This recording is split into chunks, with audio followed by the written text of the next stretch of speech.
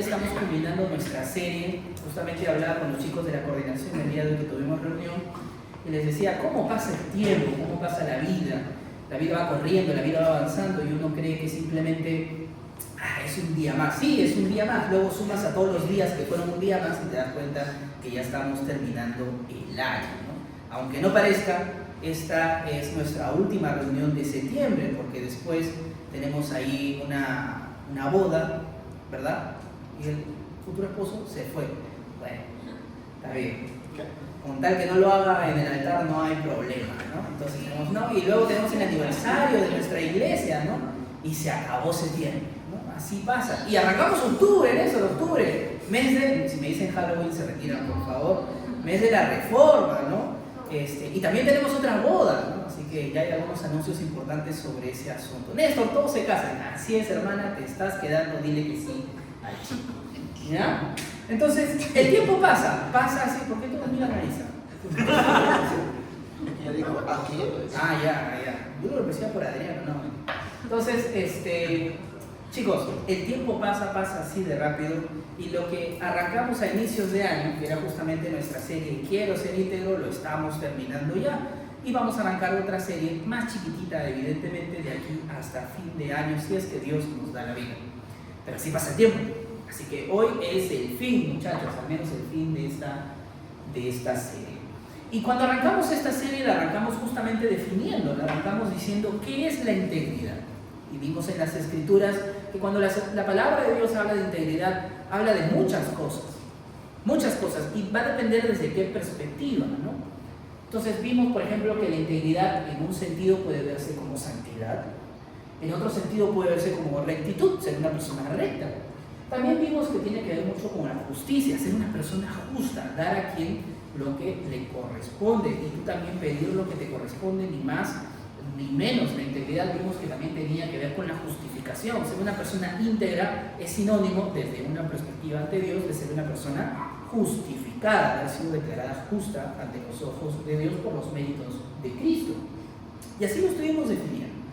Luego vimos otros aspectos. Vimos el aspecto en donde hay ciertas verdades de la integridad que nosotros tenemos que abrazar, ¿no? Vimos verdades de integridad sobre el trabajo, verdades de integridad sobre las relaciones sentimentales, verdades de integridad respecto a la relación de familia, ¿no? Y así tantas otras cosas.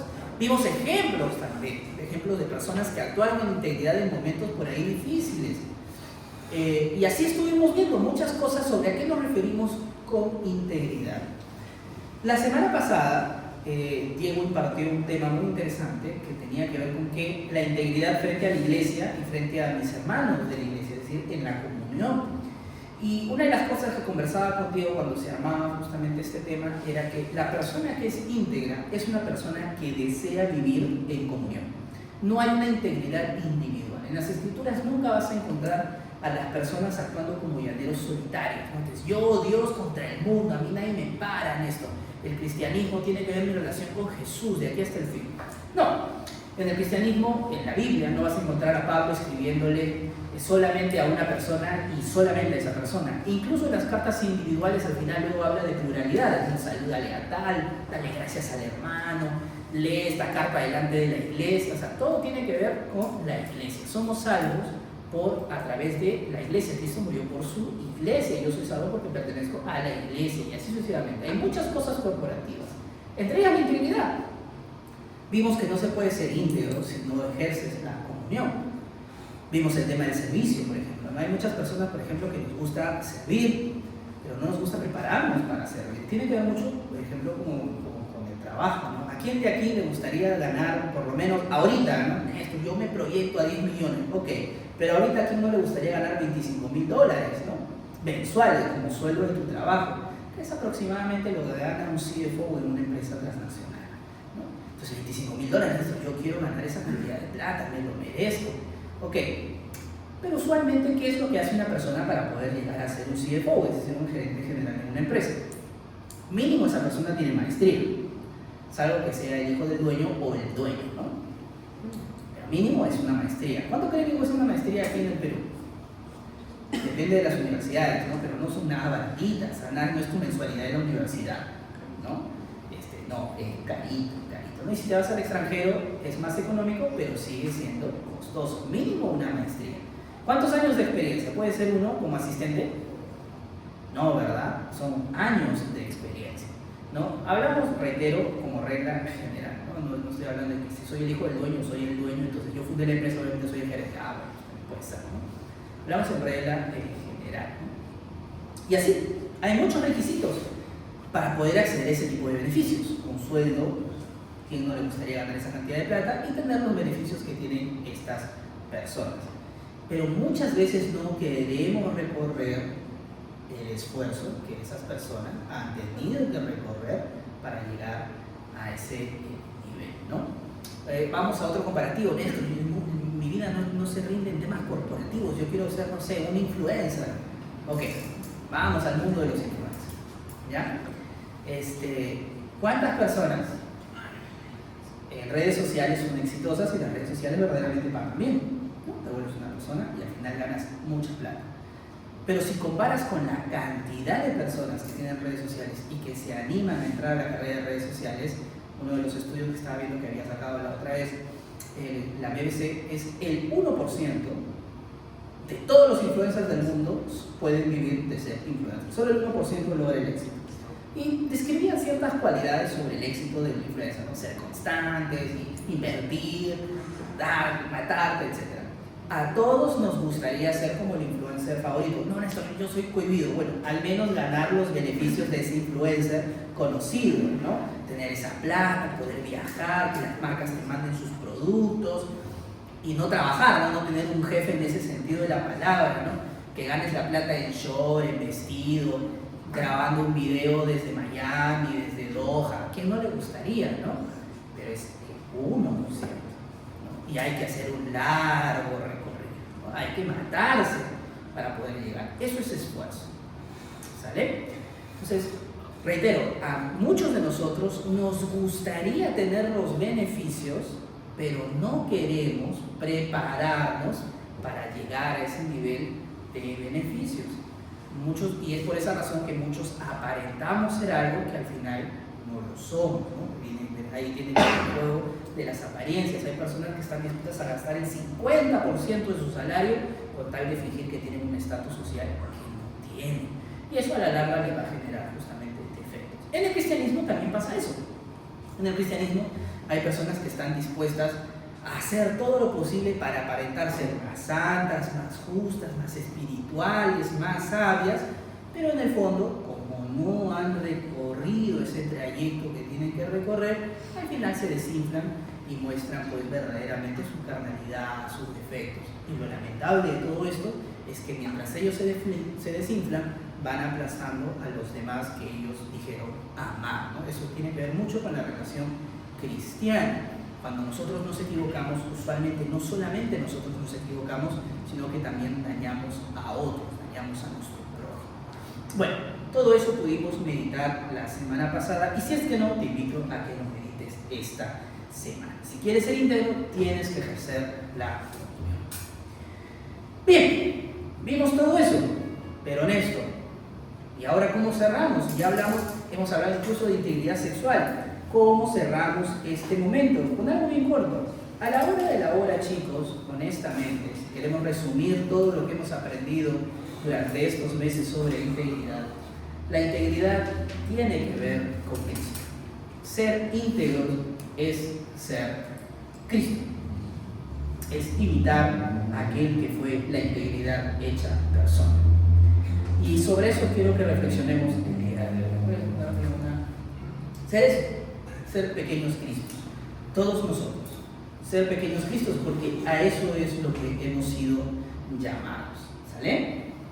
Bien, vamos a arrancar. Les voy a pedir a todos ustedes, por favor, que me acompañen con el libro de Hechos, capítulo 11, versículo del 19 al 26. Le voy a pedir a mi hermano para que se recargue de energías. Jonathan, por favor, Hechos 11 del 19 al 26, con alegría, con gozo, voz alta, doctor.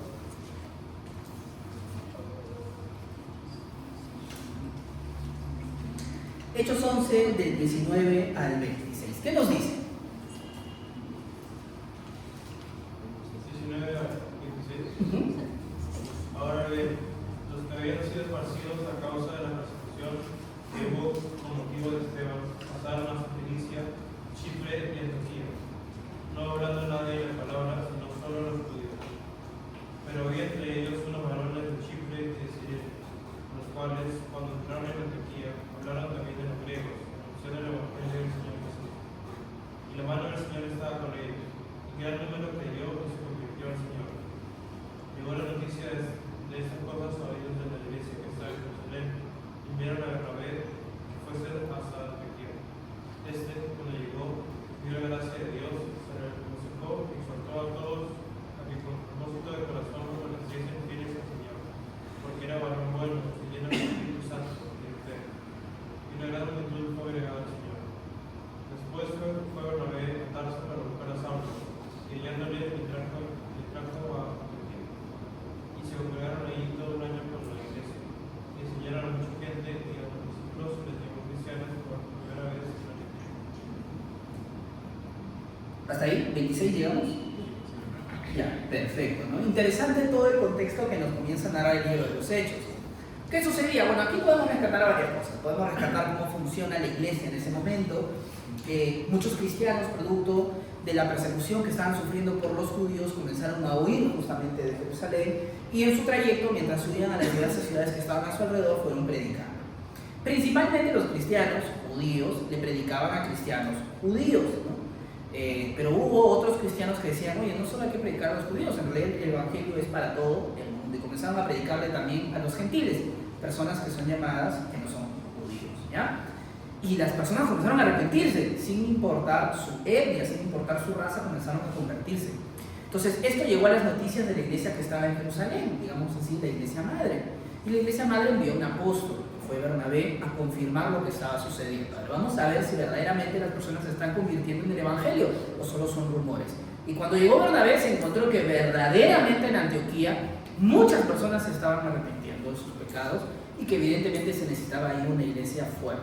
Entonces él se quedó junto con Pablo, cuyo nombre en griego es Saulo, al revés, cuyo nombre en hebreo es Saulo, se quedó ahí y comenzaron pues a formar la iglesia de Antioquía. Y es en este lugar en donde la gente alrededor, la gente que no era parte de la iglesia, comenzaron a llamarlos cristianos a estos miembros de una iglesia naciente.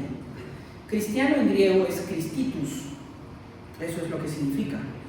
Y si tú lo pones de manera literal, significa cristitos, pequeños cristos, cristitos. Ese era el apodo. Y hay muchas cosas a lo largo de la historia de la iglesia que se han formulado a través de apodos. Por ejemplo, la denominación bautista es un apodo. Los protestantes comenzaron a llamar a las personas que bautizaban o rebautizaban a las personas y les decían, no, lo que pasa es de que tú tienes que tener una edad con suficiente razonamiento para poder bautizarte, porque la iglesia en ese entonces bautizaba a un niño, bueno, hasta el día de hoy lo hace, pero en ese entonces la mayoría bautizaba a los bebés también. Entonces había algunos cristianos que decían, no, solo se debe bautizar a la gente adulta. Bautizo, bautistas.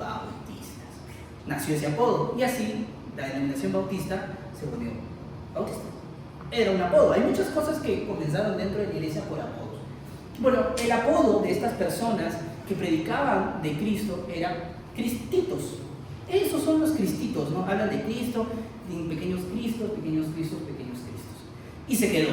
Ese apodo quedó dentro de nosotros y por eso nos llamamos cristianos, ¿no? Hoy, evidentemente, si vas al diccionario y ves cristianos, no encuentras cristitos, ¿no? Encuentras justamente, ¿no?, personas que confiesan la fe cristiana, ¿no?, de la religión cristiana, y se dividen en tres grandes ramas: catolicismo romano, catolicismo ortodoxo y protestantismo y evangelicalismo, ¿no? Eso es lo que más o menos vas a encontrar si buscas ahí en la rama.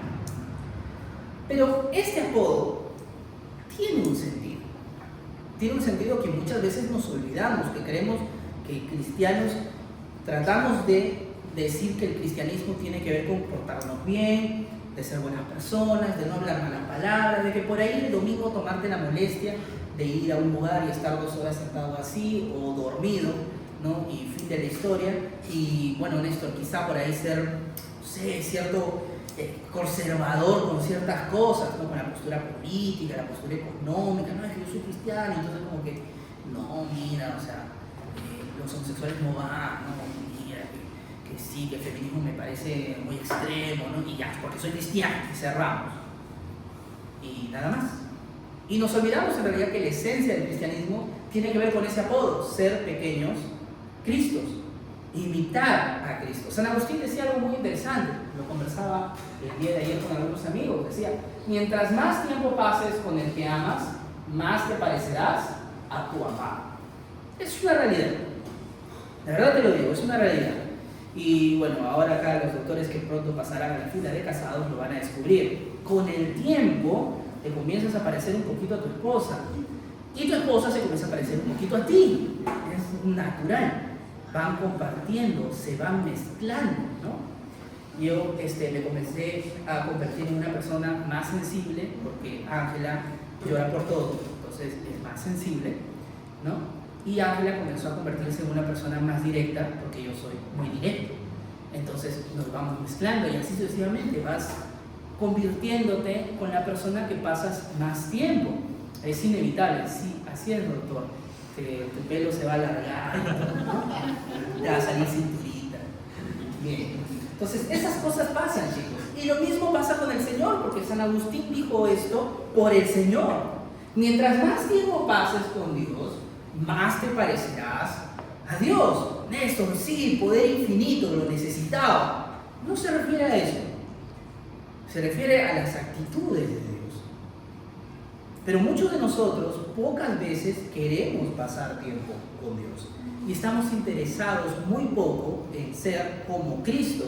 Estamos más interesados en realidad en ser como, y podemos agregar a nuestros ídolos, ¿no? Influencers, jugadores, personas que son multimillonarias. Mi objetivo es tener 1 millón el próximo año. Entonces Jesús no me va a hacer rico. ¿Quién va a ser mi mentalidad? Una persona con grandes hábitos financieros. Yo quiero ser como él, tengo que imitarlo, ¿no? O un erudito, Néstor, mi objetivo es ser un gran profesional. Cristo, ¿cuándo ha hablado de derecho, de ley? Yo lo digo porque soy abogado. ¿Cuándo? Muy poquito, no pasa nada, ¿no? Yo quiero ser como él, ¿no? Como el abogado de aquí, el abogado de allá. Él a su edad ya llegó a esta maestría en tal universidad, entonces yo me tengo que meter y así. A veces quizá podemos ser un poco más terrenales, Néstor, yo quiero ser como mis padres y si es un poco mejor, mucho mejor, ¿no? Porque mis padres me lo dicen, tienes que ser mejor que nosotros.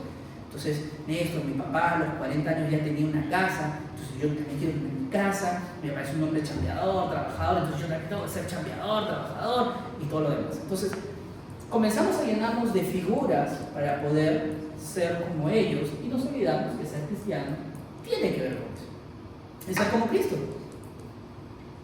Ahora, Cristo no está, o no lo vas a conocer en la oración,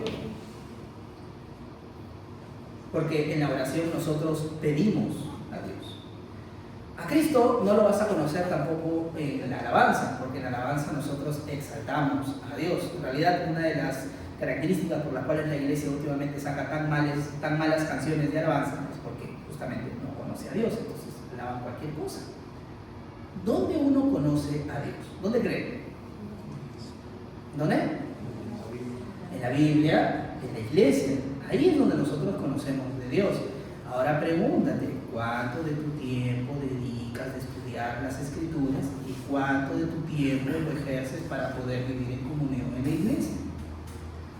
Probablemente menos tiempo de lo que dedicas a la universidad, al trabajo y a ser ese hombre o mujer exitosa que tanto quieres ser.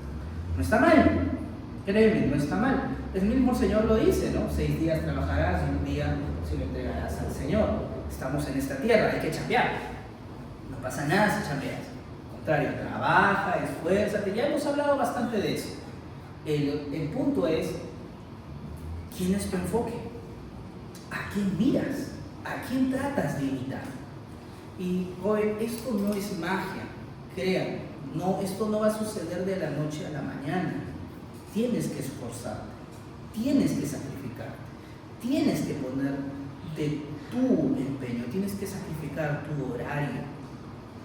Es como un curso en la universidad. Algunos de los que están aquí presentes están o han estado en la universidad. Levanten su manito. Casi todos, ok. ¿Alguna vez has escuchado de un curso filtro en tu carrera? Ante la mano. Sí. Curso filtro, ¿no? El curso más difícil, más complicado, ¿no? El que es esencial. Muy bien. Jóvenes, consulta. ¿Alguno de ustedes alguna vez ha jalado un curso en la universidad? Levante su mano. Estoy haciendo casi todo, ¿no? Bien. Entonces, joven, es así de sencillo. No todos los cursos, sálvalo, doctora, por favor. No todos los cursos se pasan asistiendo y, profe, pase las diapos, ¿no? Y ya con eso pasé, ¿no? No todos los cursos se pasan así. Hay algunos cursos en los que verdaderamente hay que esforzarse.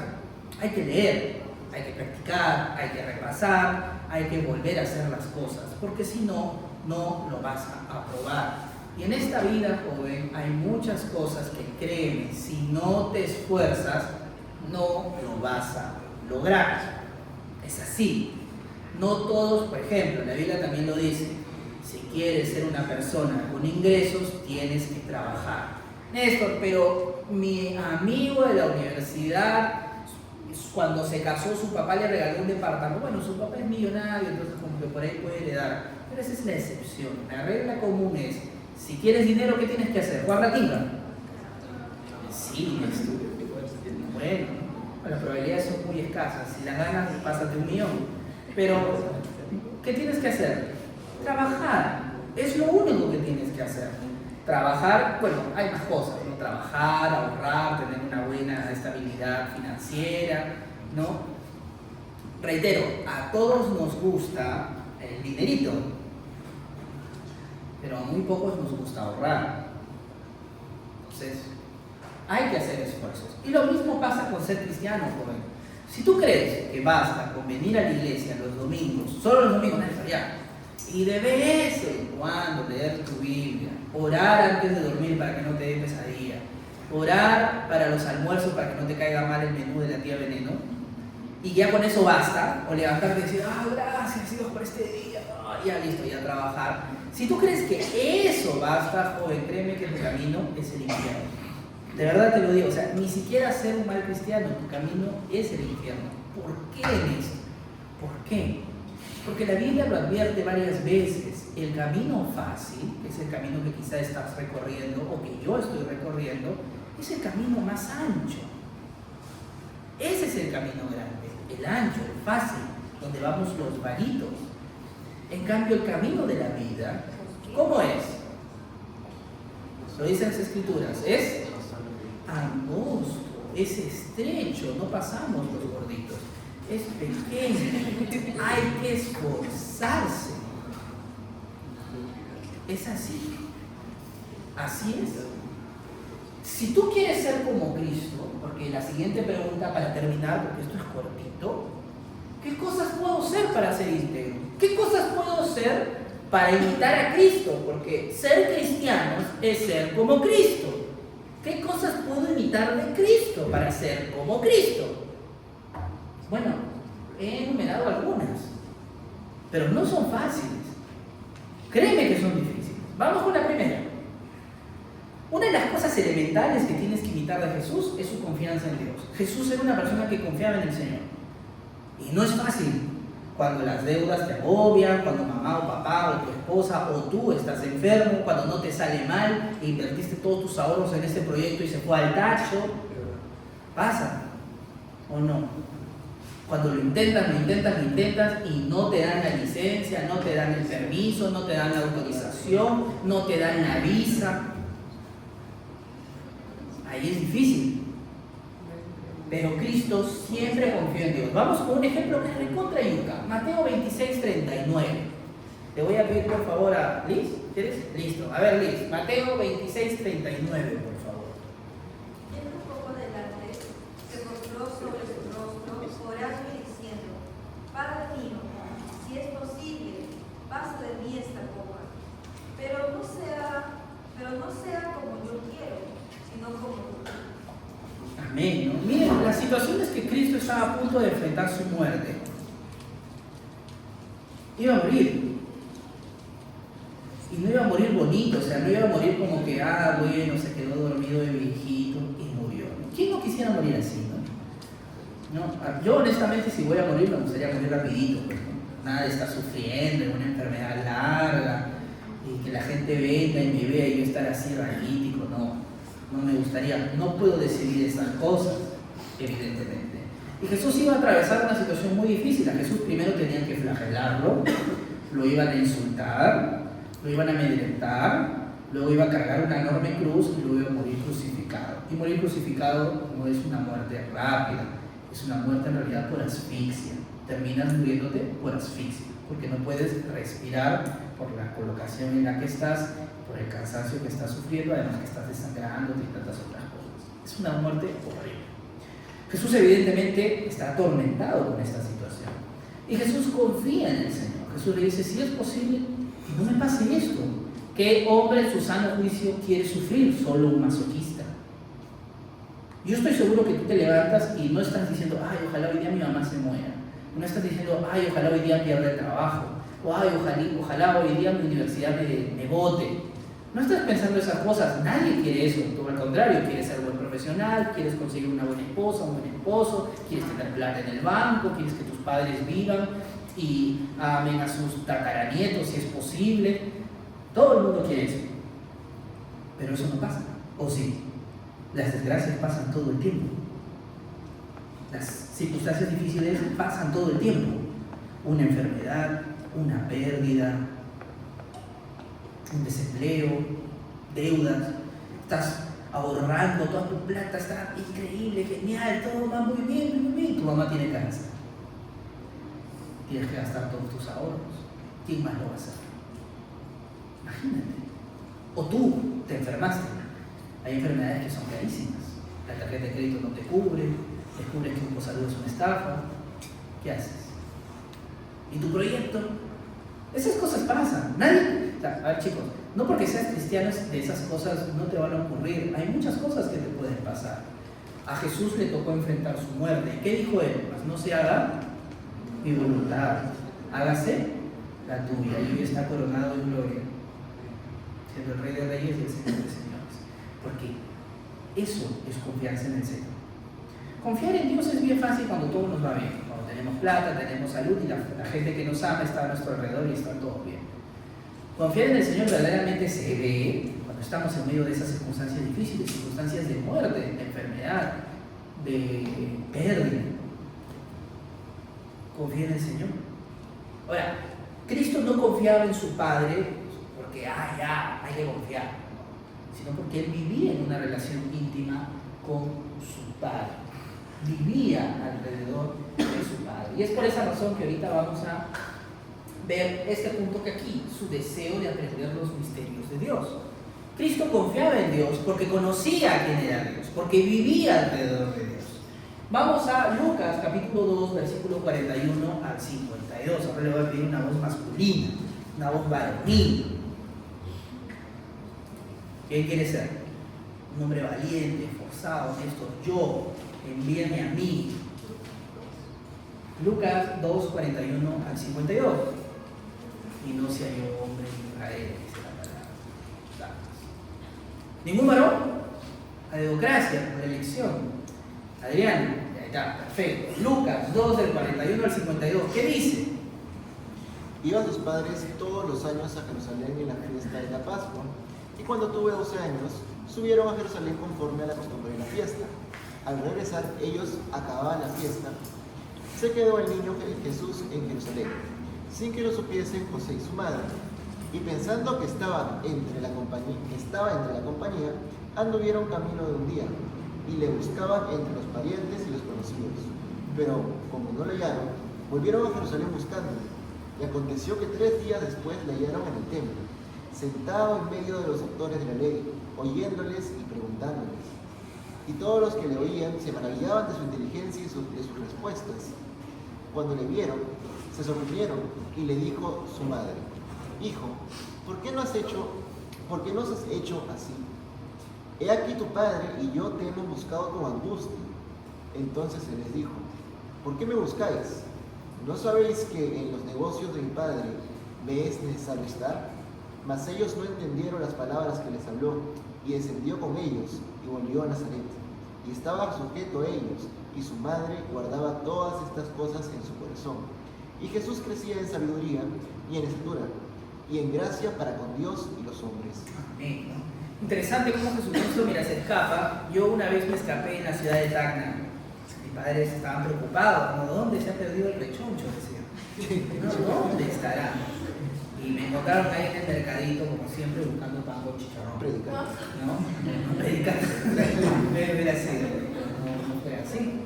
¿No? Entonces, bueno, de bebés a veces nos perdemos, o de niños a veces nos perdemos. Muy probablemente tus padres no sean tus padres, sino que ya agarraron un niño cualquiera, ¿no? Pregúntale a tus padres, chicos, con acta de nacimiento. Bien, el punto es que Jesús se perdió, pero no se perdió para ir a la chicharronería. Jesús en realidad se perdió porque estaba en el templo. Y él quería estar en el templo y quería estudiar con los rabinos y les preguntaba a los rabinos y aprendía. Y los maestros se asombraban de que, a pesar de su corta edad, era una persona que conocía la ley, que conocía, en este caso, la Tanaj, que es el Antiguo Testamento. Se sorprendían, y este niño sabe, ¿no? Y el niño no solo explicaba, sino que también les preguntaba a ellos porque iba aprendiendo. Y la palabra del Señor dice que él iba creciendo en sabiduría y en gracia para con Dios. Entonces, joven, Cristo logra confiar en el Señor porque tuvo una vida aprendiendo de Dios. Entonces, muchas veces nosotros no confiamos en el Señor porque no sabemos quién es Dios. No sabemos quién es Dios, qué es lo que hace, qué ha prometido, qué es lo que impulsa su corazón, cómo funcionan las cosas. No sabemos, por ejemplo, hay muchos jóvenes que hasta que no se enseñó aquí el tema de la providencia, ni siquiera sabían que existía la palabra providencia. Entonces, a veces no sabemos qué es la providencia, cómo Dios gobierna las cosas, y muchas de las veces las cosas que Dios gobierna es para el bien de su pueblo, incluso el dolor que podemos sufrir en las circunstancias que pasan a nuestro alrededor. Pues reitero, a veces sufrimos porque no conocemos a Dios, porque no podemos confiar. O sea, no puede venir un extraño y decirme, Néstor, confía en mí, sígueme. No, te me va a robar. Yo no puedo confiar en él. Yo confío en alguien al que conozco, ¿no? Entonces, si por ahí Diego viene y me dice, Néstor, sígueme, yo diría, ¿qué me va a mostrar? No, un meme, no me acerco. ¿Qué pasa? Porque confío en él. Y viceversa, ¿no? Entonces, a veces no nos acercamos a Dios. Bueno, no confiamos a Dios porque no conocemos a Dios. Esa es otra de las cosas que hay que imitar de Cristo. Cristo pasaba tiempo estudiando a Dios, quería conocerlo. Y no solo estudiaba la ley, sino que estaba en el templo donde se ejercía la comunión en ese entonces. Joven, tú tienes los sábados para reunirte, tienes tus grupos de vida para reunirte, tienes los domingos desde la mañana para reunirte, tienes lugares dentro de la iglesia para poder servir, para poder comprometerte y ahí también conocer a más hermanos que están sirviendo. Hay muchas cosas, tenemos los lunes de biblioteca abierta, tenemos el módulo 0 que se va a aperturar ahora y así sucesivamente. O sea, hay tantas cosas que la iglesia te ofrece para que conozcas de Dios, para que conozcas a tu prójimo, para que conozcas la iglesia que Dios ha instaurado, sino que a veces nosotros somos los que no queremos conocer a Dios, no porque no falte oferta. Lo que falta es demanda, lo que falta es que muchas veces nosotros no estamos interesados. Y luego viene la crisis, vienen los problemas y evidentemente como no confiamos en Dios, nos desmoronamos, nos estresamos, andamos deprimidos, tristes, resentidos con Dios, porque no somos capaces de decir, Señor, hágase tu voluntad, confío en lo que vas a hacer. Porque antes no dijimos al mundo, ya sea el trabajo, la universidad, la salida, las ambiciones terrenales, ahorita no tengo tiempo. Tengo que hacer las cosas de mi Padre. Yo debo estar en las cosas de mi Padre. Tu Padre es Dios. Entonces, reserva un tiempo de comunión, por ejemplo, tiempo para conocerle al Señor. Entonces, otra de las cosas que debes aprender o imitar de Cristo. Otra cosa, su fortaleza para cumplir su misión. Cristo confiaba en Dios y por tanto confió en la misión que Dios le había dado, porque conocía a Dios. ¿Cuál era la misión? Vamos a Mateo capítulo 4, versículos del 1 al 11. Ahora vamos a una dama con voz angelical, con voz dulce, con voz arrulladora. Mateo 4, del 1 al 11. ¿Qué dice Pedro? Jocelyn, ya listo. Jocelyn, a ver. Mateo capítulo 4, versículos 1 al 11. Deleítanos, por favor, Jocelyn, con tu voz angelical. Entonces Jesús fue llevado por el Espíritu al desierto para ser tentado por el diablo. Y después de haber ayunado 40 días y 40 noches, tuvo hambre. Y vino a él el tentador y le dijo, si eres hijo de Dios, di que estas piedras se conviertan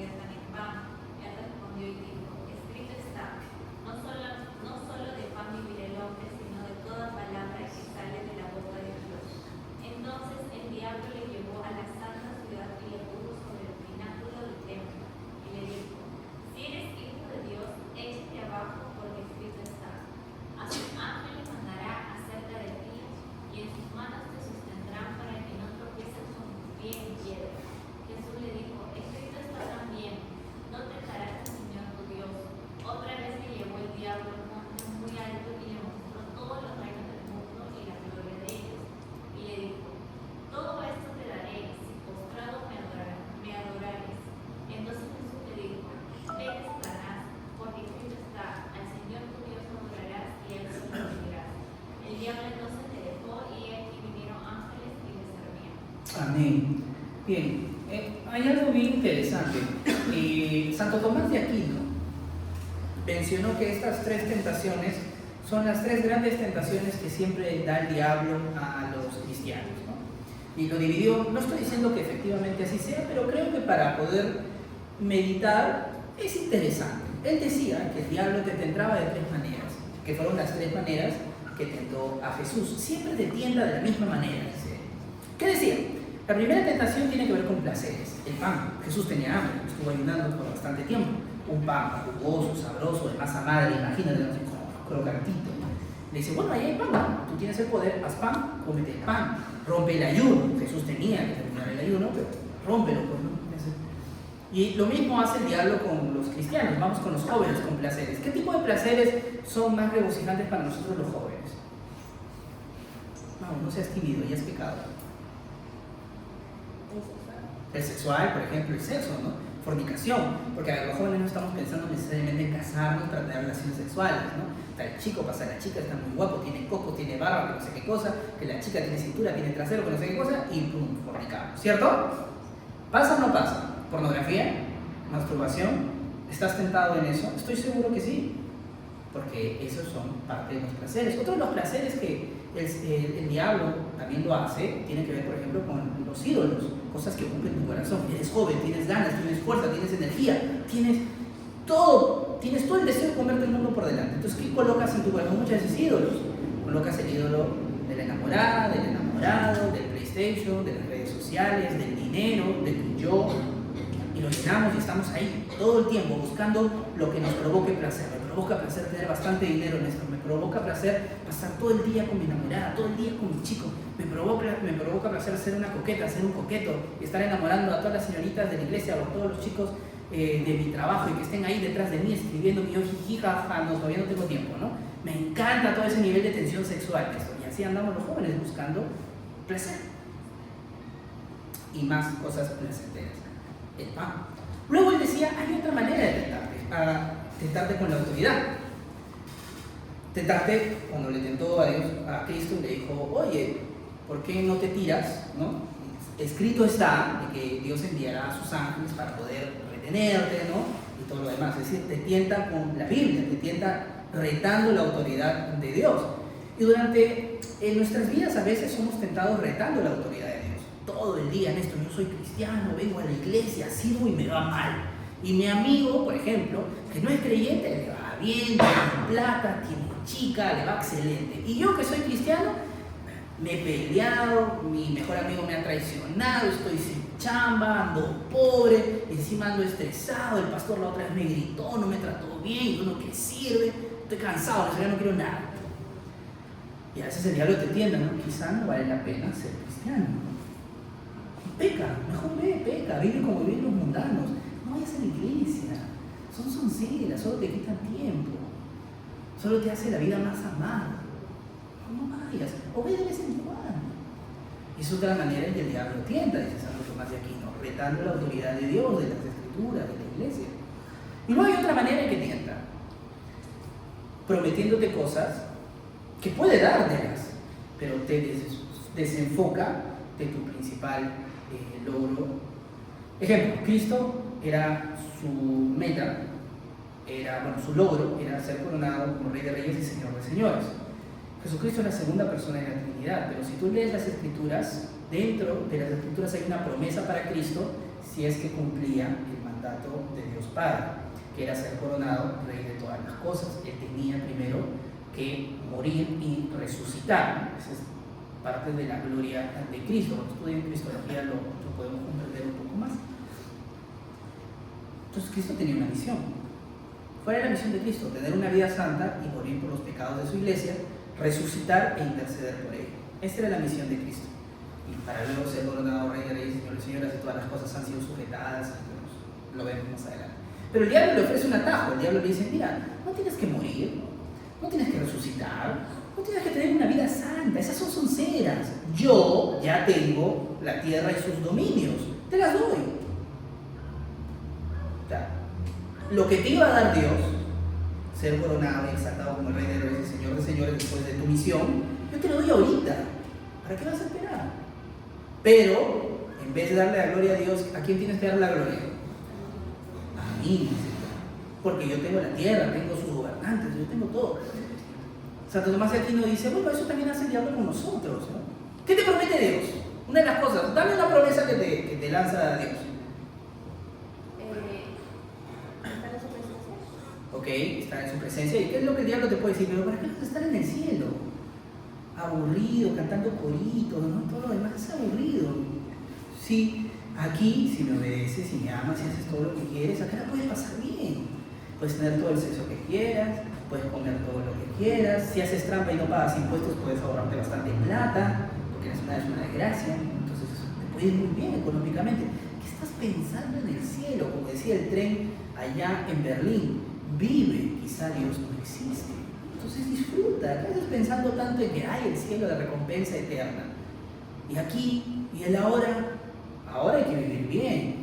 Hay que vivir en las gasolinas, hay que vivir en Miami, hay que irse a Virginia, hay que estar en Europa.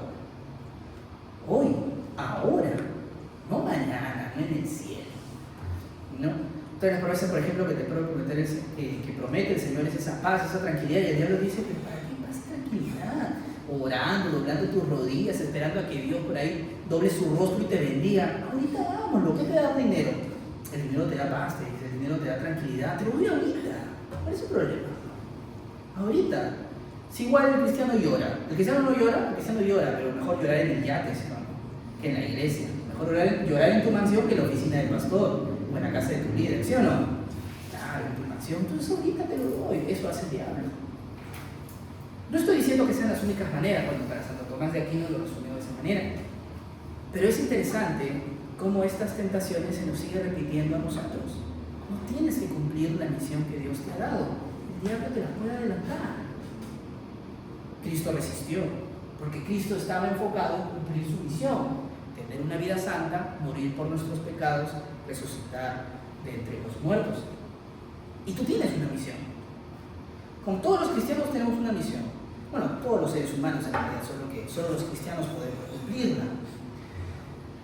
Si tú lees las Escrituras, y el Catecismo de Westminster lo resume de una manera muy simple, ¿cuál es el fin primario, principal del hombre? Lo resume el Catecismo de Westminster.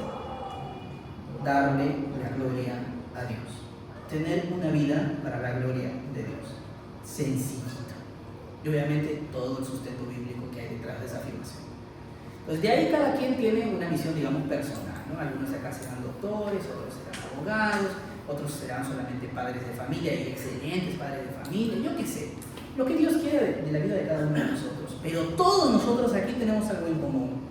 Nuestra misión principal es que hagamos lo que hagamos, es para la gloria de Dios. Entonces no te distraigas. No puedes decir, Néstor, yo trabajo para la gloria de Dios. Hermano, pero por causa de tu trabajo ya ni vienes a la iglesia. ¿Cómo puedes decir que trabajas para la gloria de Dios? Néstor, yo estudio para la gloria de Dios, hermano, pero con tus estudios ya ni te vemos, ¿no? No te conectas a los grupos de vida, no entras los sábados, los domingos vienes tarde y te vas. Hermano, mi relación es para la gloria de Dios, hermano, pero si has pecado en fornicación, ¿cómo que para la gloria de Dios? ¿Qué tiene que ver la fornicación con la gloria de Dios? O sea, no estamos hablando de cosas esotéricas, estamos hablando de cosas reales, tangibles. Si tu objetivo es la gloria de Dios, tú estudias, tú trabajas, tienes relaciones de amor, ya sea novia, enamorados, etc., verdaderamente enfócalo para la gloria de Dios. Tienes una misión que cumplir. Las tenemos.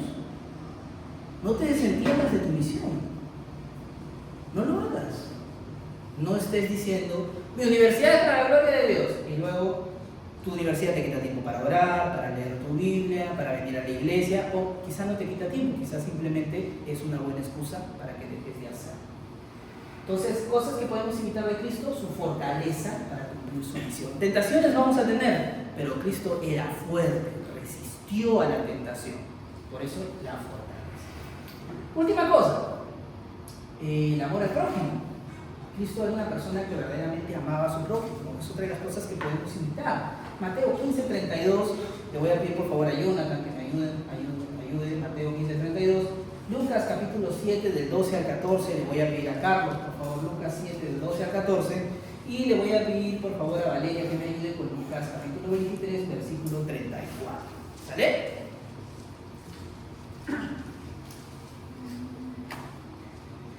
¿Qué dice Mateo 15, 32? Dice, y Jesús llamando a sus discípulos dijo, tengo compasión de la gente porque ya hace 3 días que están conmigo y no tienen que comer, y enviarlos en ayunas no quiero, no sea que desmayen en el camino.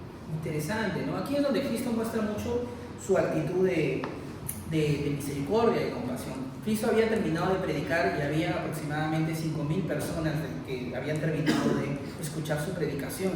Y Cristo dice, me da pena, estas personas han estado conmigo bastante tiempo. ¿Y qué? O sea, termino de predicar, ya gente, váyanse a su casa, muchas gracias, chao, chao. No, o sea, verdaderamente Cristo sintió pena. Y después de eso se da el milagro de los panes y los peces. Cristo multiplica los panes y los peces para darles de comer a estas personas. Entonces ahí Cristo muestra su compasión. Yo te pregunto, ¿alguna vez has sentido compasión por tu prójimo? Oye, de verdad, mi hermano me da pena. Se esfuerza un montón para venir a la iglesia, vive lejos, no tiene para su pasaje. Hermano, yo te voy a dar para tu pasaje. O chicos, por favor, oren por mí, porque no sé, me van a desalojar de mi casa, escriben en el grupo de WhatsApp. No llego, o mi mamá está enferma, mi papá está enfermo, estoy haciendo eso, bla, bla, bla. Ah, ya, amén, hermano, voy a orar por ti. La clásica, ¿no? Pero no te conmueve, oye, hermano, ¿tienes alguna necesidad? ¿Te falta algo? Mira, no tengo mucho, pero tengo 20, 25 soles, ¿te alcanzará para una medicina? Oye, si no quieres darle plata, ¿qué necesita? ¿Pañales? ¿Qué medicina necesita? Yo quizá a fin de mes puedo comprarla. Eso es compasión. Eso es amor al prójimo. En lo que podamos. De verdad les digo, en lo que podamos. De eso se trata. ¿Qué dice Lucas 7, del 12 al 14? Cuando llegó cerca de la puerta de la ciudad, he aquí llevaban a enterrar a un difunto, hijo único de su madre, la cual era viuda, y había con ella mucha gente de la ciudad. Y cuando el Señor la vio, se compadeció de ella y le dijo, no llores. Y acercándose tocó el féretro, y los que lo llevaban se detuvieron, y dijo, joven, a ti te digo, levántate. Interesante, ¿no? Aquí es donde vemos una resurrección realizada por Cristo, y no es una resurrección en donde digamos que, no sé, entra Cristo y diga, para que vean que la gloria del Padre no resucita, no tanto así como en otras ocasiones ha pasado. Esta resurrección principalmente se da porque Cristo se compadece de ¿quién? De la viuda. Era una mujer que había perdido a su esposo ya hace tiempo y ahora había perdido a su único hijo. O sea, la mujer estaba desamparada. En ese entonces la mayoría de mujeres hacía trabajos muy chiquititos, entonces digamos que estaba condenada a la pobreza hasta su muerte, una vida miserable. Entonces Jesús ve a esta mujer que está llorando y que la única persona que le iba a cuidar y proteger, su hijo, había muerto. ¿Qué es lo que hace Jesús? Dice la palabra que se compadece, le duele en su corazón. Eso es lo que significa compadecerte, que te duela algo dentro de ti. A Jesús le duele ver esa desgracia y hace este milagro para poder ayudar a esta mujer. Entonces, evidentemente ninguno de nosotros tenemos ese milagro. ¿No? Néstor, $10,000, ¿no? Gracias. Más o menos no funciona así, pero muchas veces somos indiferentes al dolor de nuestro prójimo. Escuchamos que nuestro prójimo está pasando por circunstancias difíciles y somos incapaces de darle un abrazo, de preguntarle, oye, ¿cómo estás? Me enteré que la otra vez habías, no sé, se murió un familiar, se murió tal persona, ¿cómo andas? ¿Necesitas algo? ¿Puedo ayudarte en algo? O llamar, ¿no? Pasó cuando yo estaba en Buenos Aires de viaje, fue la semana pasada, un amigo escribió, ¿no? En el grupo que tenemos y dijo, chicos, por favor, ya no oren por tal persona, acaba de morir, era su abuelo, falleció. Entonces, claro, algo fácil, uy hermano, qué pena, estaré orando, ¿no? Y quizá ni oro, ¿no? Ya listo, cumplí en WhatsApp, ¿no? Pero verdaderamente te duele. Entonces, ¿qué es lo que haces? Yo lo llamé, ¿no? Hermano, ¿cómo estás? ¿Estás bien? Sí, bueno, y ahí conversamos ahí unos 20 minutos. Hermano, está bien, llegando doy tu abrazo, lo que quieras, lo que pueda ayudarte. No, muchas gracias, y fin de la historia. No te hace más. No es que esa llamada costó $20,000, no. Pero eso tiene que ver con pasión. Sentir lo que tu prójimo siente, es tu hermano, por eso lo llamamos hermanos. Somos hermanos, te duele. Y en lo que puedas ayudar, como vimos en el pasaje anterior, ayuda. Vamos a Lucas 23:34, ¿qué es lo que dice? Jesús decía, Padre, perdónalos porque no saben lo que hacen. Y aquí es bien interesante porque aquí es para la gente que te hace mal. Y creo que aquí es lo más difícil que toca imitar a Cristo. Este pasaje es cuando Cristo está siendo crucificado y la gente se burla de él. O sea, la gente se estaba burlando incluso de Cristo crucificado. ¿Y qué es lo que hace Cristo? Padre, perdónalos porque no saben lo que hacen. ¿Cuántos de nosotros seríamos capaces de decir eso? Muy pocos. Estoy seguro que casi ninguno, yo incluyendo, ¿no? Usualmente, ¿qué sentimos cuando viene alguien y se burla de nosotros o comete injusticias a nosotros? ¿Qué estamos pensando? Darle su puñetazo, ¿no? No tanto de que vamos a orar por ti, o hermano, ¿qué pasa? ¿No? Y tratamos ahí de encarar, ¿no? Vamos a solucionar, me va a conocer, ¿no? Decimos esas cosas, ¿no? O eso es para los que tenemos un carácter como el mío, yo soy directo, voy siempre a la yugular, esa es mi forma de ser. Pero puede ser que tu forma de ser sea distinta, ¿no? Ya lo pasaré por alto, pero en el fondo hay desgraciado, ¿no? En tu corazón hay que te atropella, o y estamos así con esos deseos, ¿no?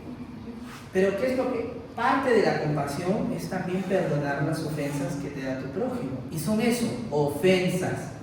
No son cositas chiquitas, son cosas que te ofenden. Yo voy a hacer cosas que te ofenden porque soy una persona pecadora, soy una persona imperfecta. Tienes que perdonarme. Puedes venir y hablar conmigo, oye, hermano, te pasaste, no me gustó, no, o la otra vez dijiste, me miraste, ¿no? Y conversamos. Pero la cosa es perdonar. O sea, el principio es estar dispuesto a perdonar. Si tu principio es estar dispuesto a la mecha, nos vamos a mechar. Pero la idea es que tu principio sea perdonar, buscar el perdón. Tú recibirlo o tú decirle a la otra persona que te lo dé, ¿no? Ese es el principio. Bien. Por último, penúltimo, su deseo de justicia, otra de las cosas que podemos imitar de Cristo. Vamos a Juan capítulo 2, versículos del 13 al 16. Thaís, ayúdame, por favor, Juan 2, del 13 al 16. Ya vamos a terminar, Thaís, tranquila. Juan 2, del 13 al 16. ¿Qué nos dice?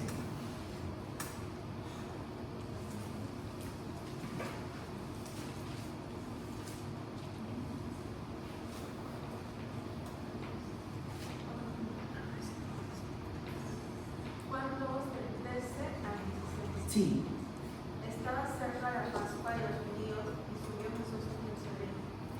Y halló en el templo a los que vendían bueyes, ovejas y palomas, y los cambistas necesitados. Y haciendo una sorte de cuerdas, echó fuera del templo a todos, y las ovejas y los bueyes, y esparció las monedas de los cambistas. Y volvió las mesas y dijo a los que vendían palomas: quitad de aquí esto y no hagáis la casa de mi padre casa de mercado. ¿No? En Lucas vemos que dice cueva de ladrones, ¿no? También aparece en Mateo. ¿Qué es lo que hace Cristo? Dice que agarra una soga y lo convierte en ¿qué? En un abanico, en una tela de amor y paz. ¿Qué es lo que hace con la soga? Lo convierte en ¿qué? Lo convierte en un látigo. Y a latigazos bota a la gente en la casa del templo. Eso lo hace Cristo. Porque, a ver, señores, no puedes hablar de amor si es que no tampoco hablas de justicia, porque el amor tiene que ver con la justicia. Y Cristo va y ve que han convertido la casa de su padre, el templo donde supuestamente residía la presencia de Dios, en un mercado, en una cueva de ladrones, porque ahí hacían un juego ahí de tipo de cambio y te robaban la plata, ¿no? Para que ahí compras tu palomita y tantas otras cosas que seguramente más adelante podremos conversar. Cristo se indigna. Sabemos que Cristo no pecó, entonces ya sabes, una buena alternativa, mañana más tarde, ante un problema, es agarrar a latigazos a tu prójimo. No. Entonces, ¿qué es lo que hace Cristo? Cristo emite justicia, Él tiene la autoridad para hacer justicia y emite justicia. Y agarró a latigazos a todos. En Mateo te das cuenta que no solo hace eso, sino que también volcó las mesas, botó las mesas. Lárguense, lárguense. Han hecho algo indignante. Entonces, que ser cristiano no significa que vas a estar así todo el día. Sí, está bien, bueno, ¿qué se puede hacer? Ya que el Señor lo haga. No, eso no significa. Así que tú también tienes que tener deseo de justicia, ¿sale? No desfogarte. La otra vez Diego me miró feo. No, no funciona así. Deseo de justicia. Eso es algo que tú también tienes que imitar. Dios es un Dios que también llama a la acción en otras ocasiones. Llega un momento, por ejemplo, para ir terminando, cuando Dios habla con Josué está orando, Señor, por favor, ilumíname, dame valor, dame fuerza, ¿no? Para poder prepararse para ir antes de la batalla, y Dios le dice, ya basta de orar, no es momento de que vayas a orar, levántate y pelea, es momento de ir a la guerra, deja de estar orando. Eso también sirve para ti. Ser justos, también llega el momento en que ya, joven, ya no es momento de estar orando, Señor, por favor, ya declárate, hombre, ya que tanta cosa, ve y dile, ¿no?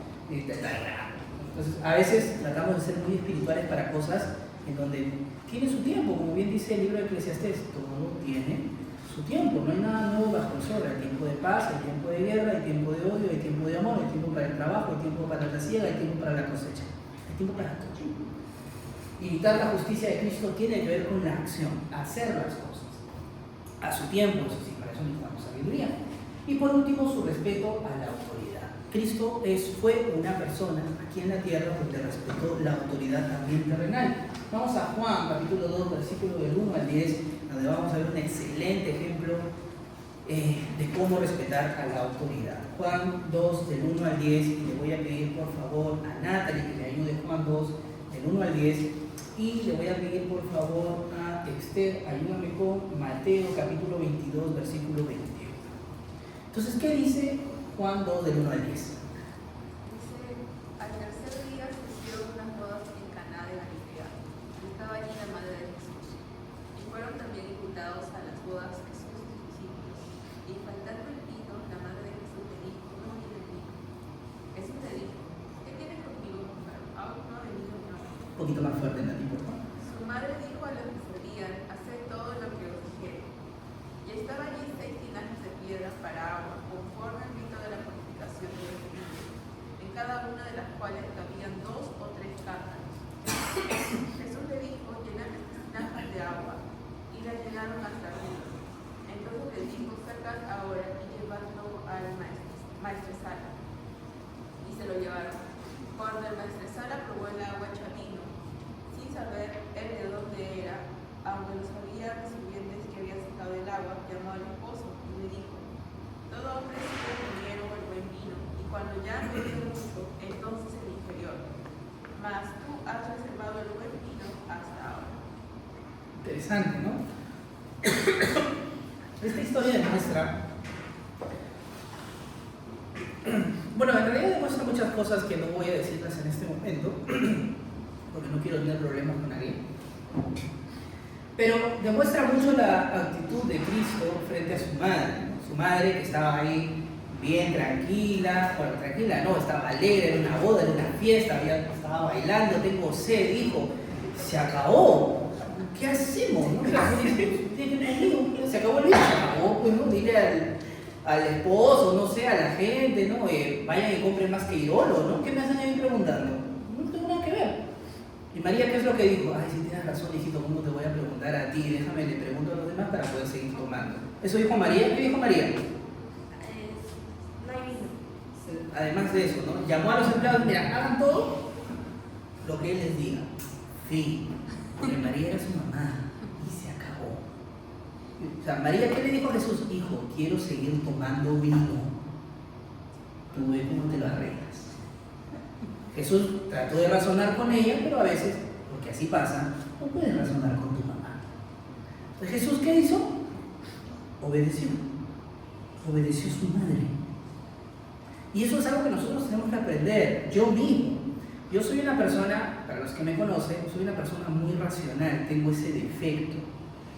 Soy muy argumentativo, pienso mucho, soy muy lógico, y eso me lleva muchas veces a ser poco empático.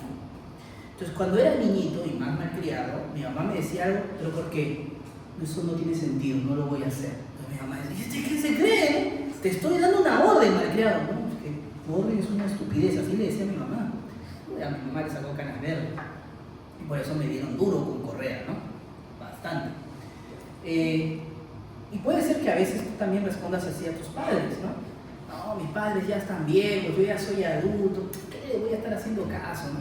O a veces podemos también minimizar los consejos de nuestros padres, ¿no? Tus padres te dan un consejo, Ernesto, mi papá ni siquiera es cristiano, mi mamá ni siquiera va a la iglesia. ¿Qué me importa el consejo que me dé? Yo soy más sabio, soy más inteligente, no sé. Fin de la historia. Cuando existe un proverbio bien lindo que dice, hijo, cuando seas adulto, no te rebeles contra tu padre, ni menosprecies el consejo de tu madre. Así seas adulto, obedece a tus padres, respétalos. Jesús lo hizo. Jesús ya era adulto, ¿eh? Tenía aproximadamente 29, 30 años en esa época.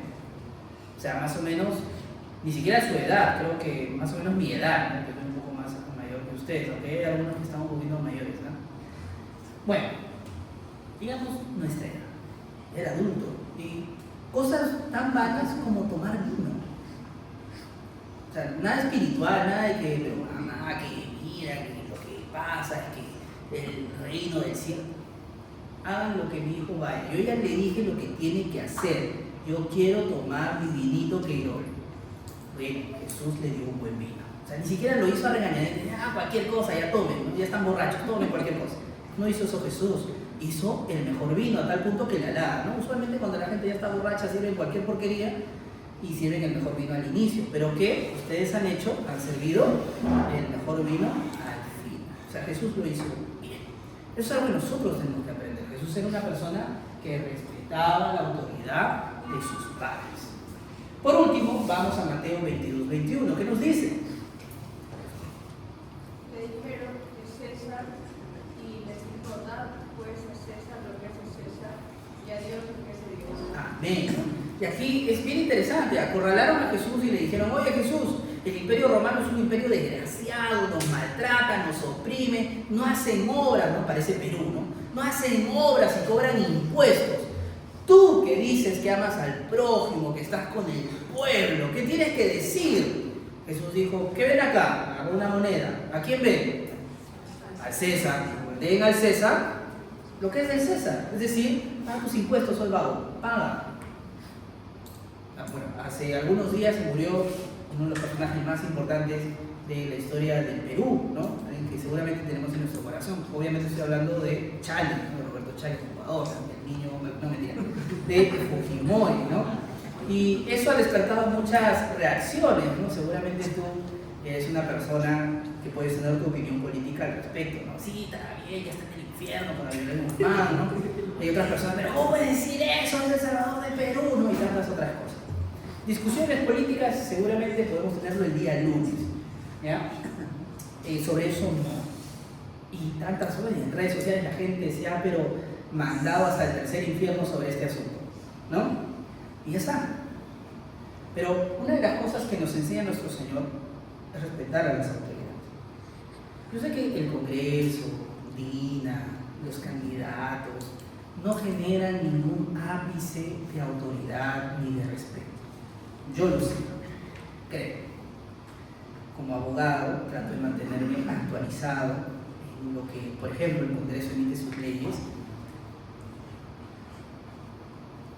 y es una soncera, ¿no? Estamos condenados, chicos. Hasta ahí. Y en el corazón uno puede sentirse hasta indignado y molesto por las autoridades que uno tiene, pero son tus autoridades. Dice la palabra del Señor que Dios ha puesto las autoridades con la espada para poder regir justicia. Es Dios quien ha puesto a la autoridad. A veces Dios pone malas autoridades como juicio para una mala nación. Bueno, seguramente Perú es una desgracia, pero tenemos las autoridades que tenemos. Pero bueno, ya está. Tienes que respetar. Jesús lo hizo. El imperio romano era una desgracia. Maltrataba a los judíos, maltrataba a las personas. O sea, ellos tenían genuinas razones para rebelarse, para odiarlos, como lo tenían. Jesús en ningún momento dijo, sí, rebeles, esto es justo, ¿no? Jesús dijo, den al César lo que es del César y den a Dios lo que es de Dios. Y enseñó luego a sus apóstoles a orar por nuestras autoridades. Cuando Pablo dice que oremos por nuestras autoridades, el emperador en ese entonces era Nerón, el que crucificaba a cristianos por diversión. Entonces, claro, mira, Pablo orando, pidiendo a la iglesia para que oren, para que Dios bendiga y dé buena sabiduría a las autoridades, y el que en ese momento estaba como autoridad era un hombre psicópata que mataba a cristianos por diversión. Pablo dice, bueno, oren por ese psicópata, para que Dios le dé sabiduría y pueda gobernar genuinamente. Bueno, Dina, por ejemplo, Dina Baluarte, nuestra presidenta, o el Congreso no matan ni queman cristianos por diversión, les faltaría eso, ¿no? Pero no lo hacen. ¿Qué te impide orar por ellos? Seguramente no lo hacemos, o si oramos es para que el Señor mata, ¿no? Que estalle una bomba.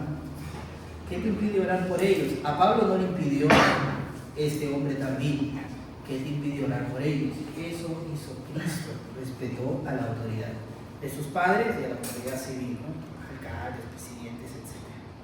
Entonces, esas son cosas que puedes invitar. ¿Hay más cosas por invitar? Sí, hay más, pero te he traído este resumen. Si tú invitas a Cristo, necesariamente estas cosas se tienen que ver en tu vida. La pregunta es, ¿se ven? ¿Estás encaminado? ¿Te interesa imitar estas cosas? Tienes esto sola de convertir el agua en vino. Bueno, además de eso, ¿te interesa esto? Porque puede ser que nos interese de Cristo que nos libere del infierno. Esto, yo no me quiero del infierno. Pero amar al prójimo, respetar a mis padres, sacrificar mi tiempo para conocer de Dios en la iglesia, esas cosas no van conmigo. Bueno, entonces evidentemente tenemos un problema si esa es nuestra actitud. Joven, ser íntegros tiene que ver en ser como Cristo. Cristo era esto y más. Este al menos es un buen inicio. Imitar esto son cosas que tenemos que hacer para poder ser llamados íntegros. Entonces, ya lo sabes. Confianza en Dios, ama a tu prójimo, desea la justicia, respeta la autoridad, aprende los misterios de Dios, ten fortaleza para cumplir la misión que Dios te ha dado en esta tierra. Cosas sencillas en el papel, difíciles en la práctica. Así que no hay tiempo que perder. Tenemos que hacerlo ya. ¿Ya? No lo pospongas, no lo hagas como la dieta. El lunes arranco, no, desde hoy, ahorita, saliendo de aquí, tomemos decisiones concretas y reales para ser como Cristo. Vamos a orar y con eso estamos terminando. Bendito Padre Celestial, santificado sea tu nombre. Te damos las gracias, mi buen Dios, porque en tu misericordia nos has permitido poder escuchar el día de hoy tu palabra. Señor, hay tantas cosas que necesitamos aprender de tu Hijo. Hay tantas cosas que necesitamos aprender de Cristo, verdadero hombre, verdadero Dios que estuvo aquí en la tierra. Tantas cosas, Señor, y nos cuesta muchísimo a pesar de que nos hacemos llamar cristianos. Padre, ahora te pedimos, afirma nuestros corazones, danos, Señor, fuerzas y a través de tu Santo Espíritu permítenos comprometernos contigo una vez más, ser fieles hasta el fin, no rendirnos ante la tentación, no rendirnos ante los placeres o las promesas de cosas, Señor, vanas que no tienen sentido. No, Señor, permítenos aferrarnos a ti. Queremos amar a nuestro prójimo, queremos respetar a la autoridad, queremos sacrificar nuestro tiempo para conocerte más, abrir nuestras Biblias, meditar de ti, vivir la comunión, estar en tu casa, en la iglesia con nuestros hermanos, Señor, porque necesitamos de ti. Padre, ayúdanos, porque es una misión muy difícil. Si tú no estás con nosotros, no lo vamos a lograr. Como bien dice tu palabra, separados de mí, nada pueden hacer. Y efectivamente, Señor, si nos alejamos de ti, no podemos hacer nada. Ayúdanos, Señor, por favor, a ser más como tú. Ayúdanos, Señor, a aferrarnos a ti. Ayúdanos, Padre, te lo pedimos. En los méritos de Jesús, nuestro Salvador. Amén. Amén. Bien, le voy a pedir por favor a Linda que me ayude con el recojo de las ofrendas. Néstor, ¿por qué ofrendas? Porque mañana es la tinca y quiero comprar. No. Recogemos siempre las ofrendas para poder comprar justamente